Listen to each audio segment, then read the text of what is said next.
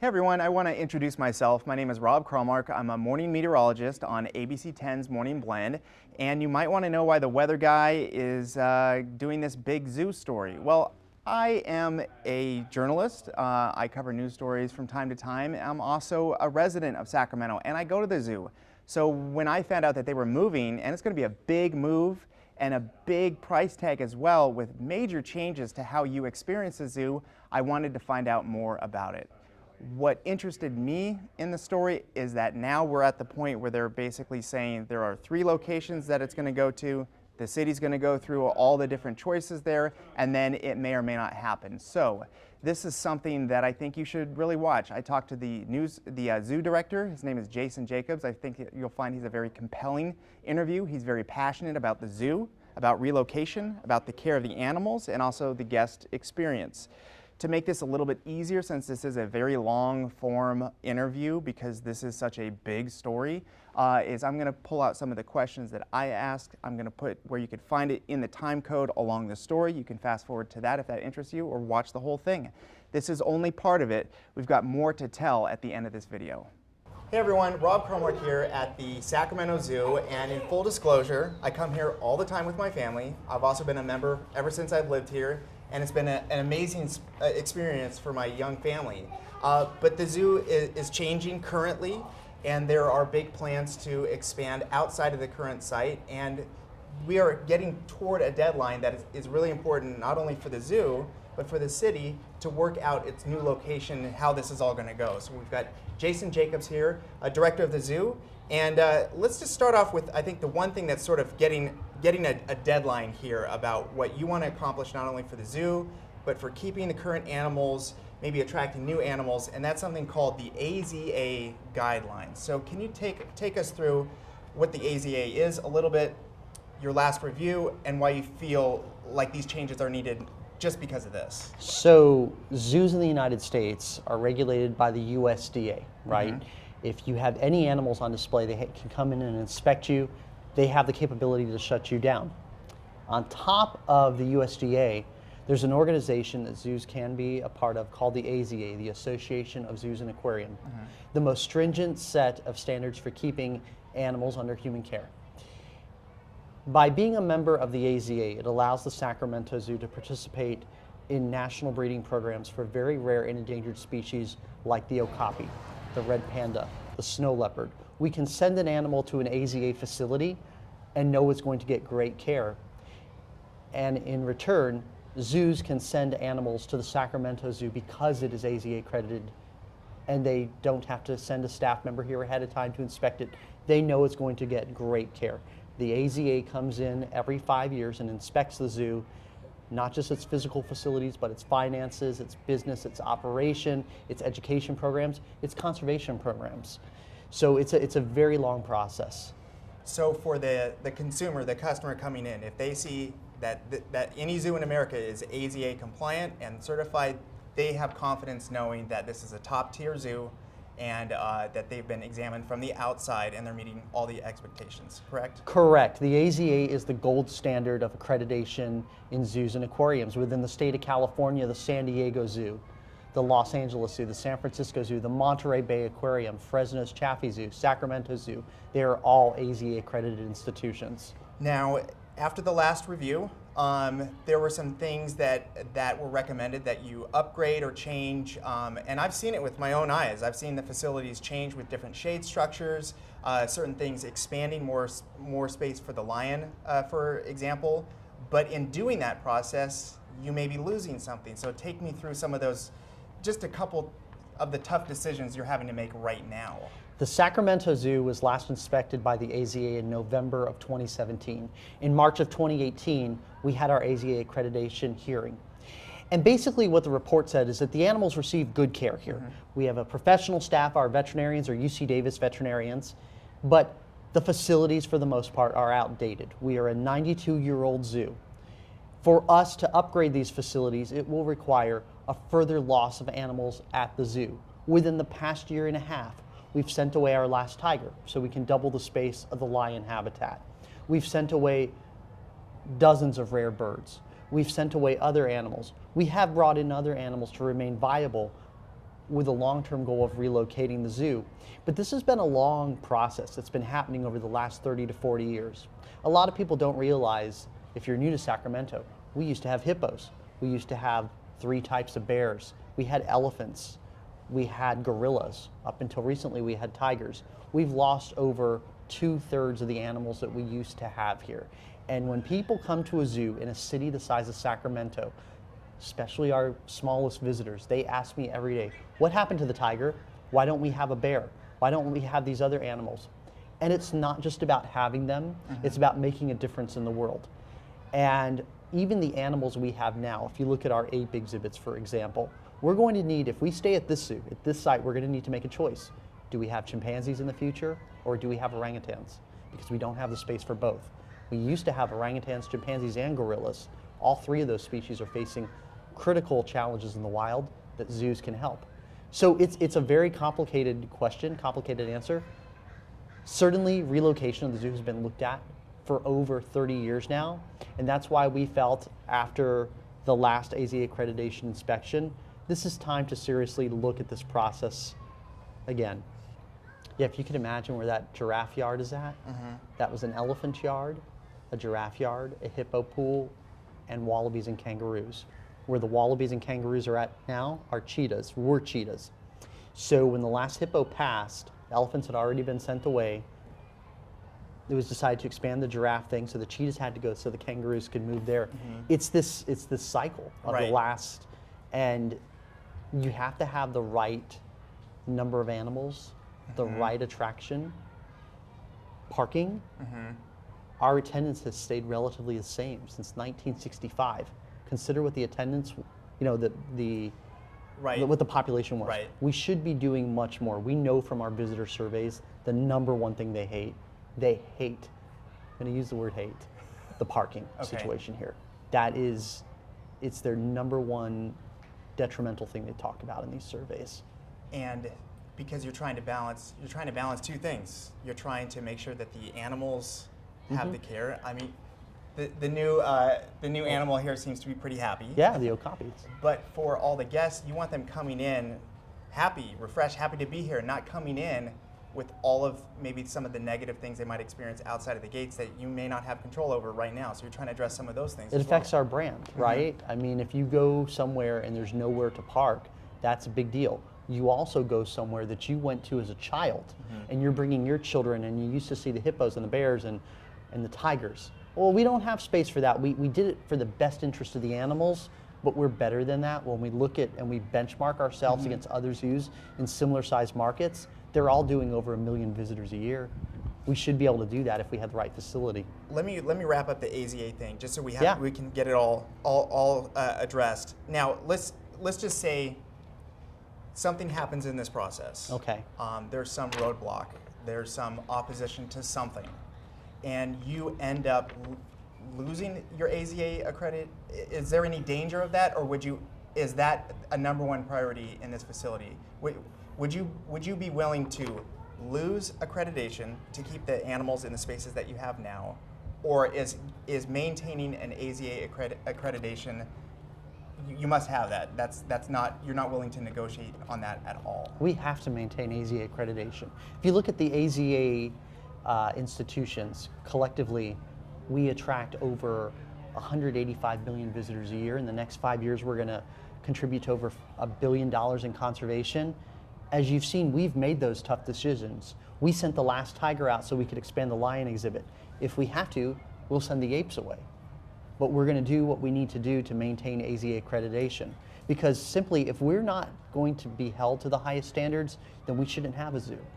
We have, our guests expect more, and these animals deserve the best, right? They deserve the best habitats they can get. I tell people that the tiger exhibit, what it was, people who own a single family home have larger footprint that they're living on than our tiger did. That's not what we want to be. That's not the best practices, and certainly the AZA accreditation narrative that you could read on our website talked about that, talked about the fact that, the majority of the zoo is outdated. Now, we are in contact with AZA. Obviously, we brought this up at the hearing. They know what we're doing. They know that we're pursuing relocation. They know, as you've seen with your own eyes, there used to be a row of bird cages here that were cited as animal welfare issues. We sent all those birds to much better homes. Some of them were featured on the TV show The Zoo, where they ended up at the Bronx Zoo. So we're playing to our strengths of what we can do right now to make the zoo viable and great, and making those changes. Now, looking ahead, so you want to maintain accreditation. You feel very strongly that the zoo needs to relocate to a bigger location. One of the things that is being discussed openly now, because everything these days is about money. Right. You are focused on what you need to do as a zoo, but a lot of people are saying, well, we've got issues with homelessness in Sacramento, we've got issues with school funding. You name a topic, there are passionate people that feel that their issue, their concern is much bigger than having a bigger zoo. From your perspective, because you can only really speak from the zoo's perspective, Right. how do you feel that this amount of money that is being discussed is really worth it for the community as a whole? Well, look, other communities have done this. Far smaller communities in Sacramento have done this. Zoos are an important part of communities, just as schools are, parks, libraries, social programs to help other people, and the zoos contribute to all of those factors. You know, a few weeks ago, we held an evening at this zoo to help children and families who had who had some special needs, right? We have over 500,000 people a year here that come to the zoo, many of them children who will never see an animal like an okapi or a lion or a chimpanzee in the wild. So yeah, there are a lot of challenges out there, but that's why we're going to do a feasibility study. That's why we're going to look, certainly, you know, we have people who already are stepping up that want to help us do this. And this has been talked about for over 30 years now. This is not a surprise, right? This was talked about in 2010. It was talked about in 1988 when the zoo wanted to expand into the park, wasn't allowed to. They talked about relocating it then. It was talked about in the 90s. This has been coming down the pike for a long, long time. You know, after living here for a little while, there's just a sense of Sacramento as a whole, as a city, on the rise. Yeah. And getting noticed more and more, and really showing up in, you know, articles written by the New York Times, and just really making a name for itself. Perhaps starting with the Golden One Center, you know, that whole relocation for the Kings. But there is a sizable amount of people here that like Sacramento the way that it was, and they're fine with not being the Bay Area. They're fine with not being San Diego. They like being under the radar. And when they've heard the term a destination being described as what this place could be with a relocation, they are not in support of that. They don't want to be a destination. They're fine with their zoo the way that it is. They don't want any changes.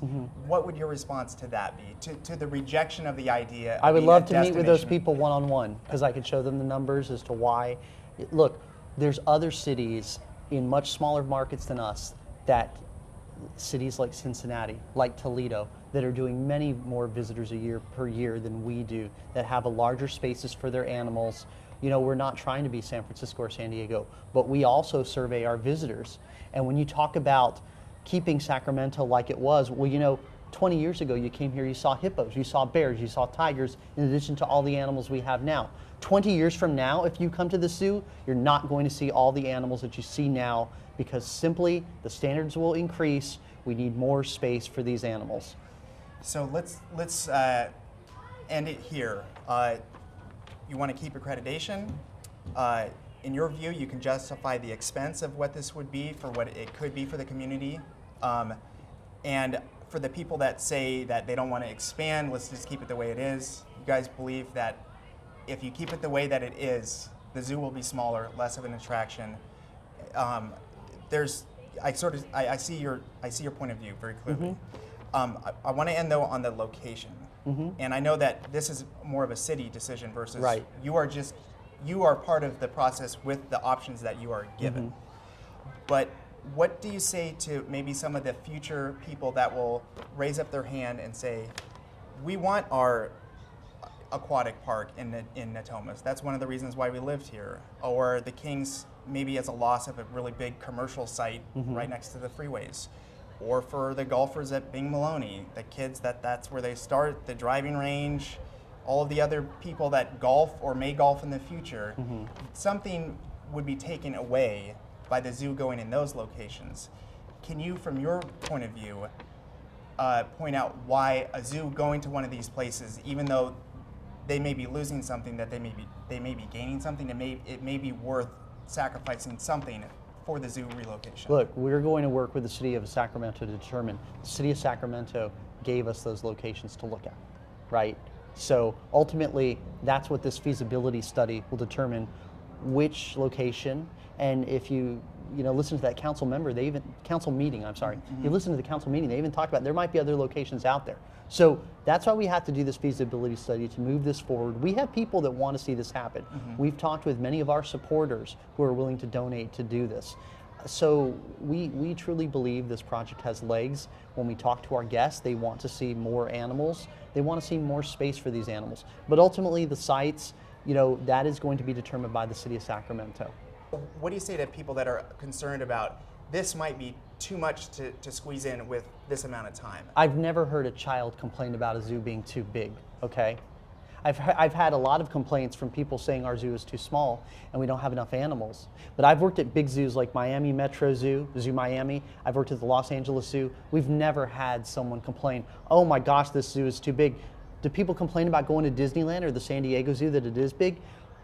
What's amazing when you go to zoos with little children, because I have nephews and I've brought them to big zoos, is, and you have kids, they find that you might not do the whole zoo in one day, but you have those favorite animals that you do, or you discover something new, or get a new experience, and that's what it's about. And really what we want to do when we design a new zoo, we're going to make sure there's intimate areas for kids to enjoy, for families, for people, shaded areas, exhibits that you get very close to animals. But we also want to make sure that our giraffes live in a habitat that's multi-acres. And we'll be able to figure out ways to get those giraffes up close to the guests, just like we do with these guys. We feed them right up close. They could be roaming around those other areas. But as far as people complaining that a zoo's too big, I've never had that. And what we're looking at is not a gigantic multi-100-acre facility. We're looking at 100 acres total, 20 of which would be parking, which if you look at other zoos and other similar sized markets, that's what it's going to take. A lot of people will be watching this in entirety, and they might want to skip to the end, like right now, and really get your big pitch. I would say, why do we need this right now? Why do we need this? Because we've lost 2/3 of the animals that we've had over the past 3-4 decades, right? We want to give the best spaces for our animals. We want to be a global contributor to help save species from extinction. The world is going to need good zoos more than ever. People don't realize there's 3,200 tigers left in the wild of Asia. That's not much. We get more people visiting this zoo in one day sometimes than there are tigers in the wild. When people talk about the cost, they need to visit other zoos. Look up what other zoo exhibits cost. It's going to cost, that's why we're going to do this feasibility study. It's going to be somewhere between 100 and 150 million to open the first phase of a new zoo. That's what we look at, right? But we're going to delve into those numbers and get really in there and figure out what it's going to cost. It's a big project, but we do know to renovate this site is going to be $128 million, right? That's the total price of everything, the infrastructure, doing the whole new grounds. And you know what's going to happen when you renovate this site? You're still going to get 500,000 visitors a year. And you're going to lose animals that you have now. It's not going to be, it's the same. It was lion or tiger. We chose to stick with the lions because we had 2 lions to give them a better home. Is it going to be orangutans or chimpanzees? It's all those decisions, and we've made a lot of those tough decisions. And we're a large enough community. If you look at other similar sized communities, look at Cincinnati, Kansas City, San Antonio. Look at their zoos compared to ours, and I guarantee you, you'll see they have a lot more animals. Their animals have a lot more space, and they're doing over 1 million visitors a year. You see what I mean? He is very passionate and he has a lot to say, and we continue to talk all the way to the gates of the zoo. But what I think is most important is 2 things. Number one, the city is going to be making this decision largely for the location. The zoo has put out what it wants, what it needs. Now it's up to the city, and they are in the process of looking at those sites and figuring out the best way to go forward. If it's going to happen or not, and the best site to go with, and all of those details being ironed out with the city. So we're going to follow that story with the city next. But one other thing that struck me with this interview is that I'm still trying to decide as a guest of the zoo how this change may change my experience going with a young family, because inherently when you get a larger zoo, it is more difficult to manage that. So how will they be incorporating transportation to get around? Or like he mentioned, how will they change the exhibits so you can get up close and personal with some of the animals? And also, will it change the small, intimate nature of the Sacramento Zoo that we know now? Because I think for many families, if there's less animals or smaller animals, it's still a trip to the zoo that's affordable on a short time frame. Will this bigger zoo change the finances for a personal trip, not for the zoo itself, but on a personal decision-making process? Are you going to go to the zoo or not? And also the timeline of which it may be done. So there's a bunch of things that will still be hammered out in the future, but those are still some of the thoughts that I had after the interview that I'm still trying to zero in for myself.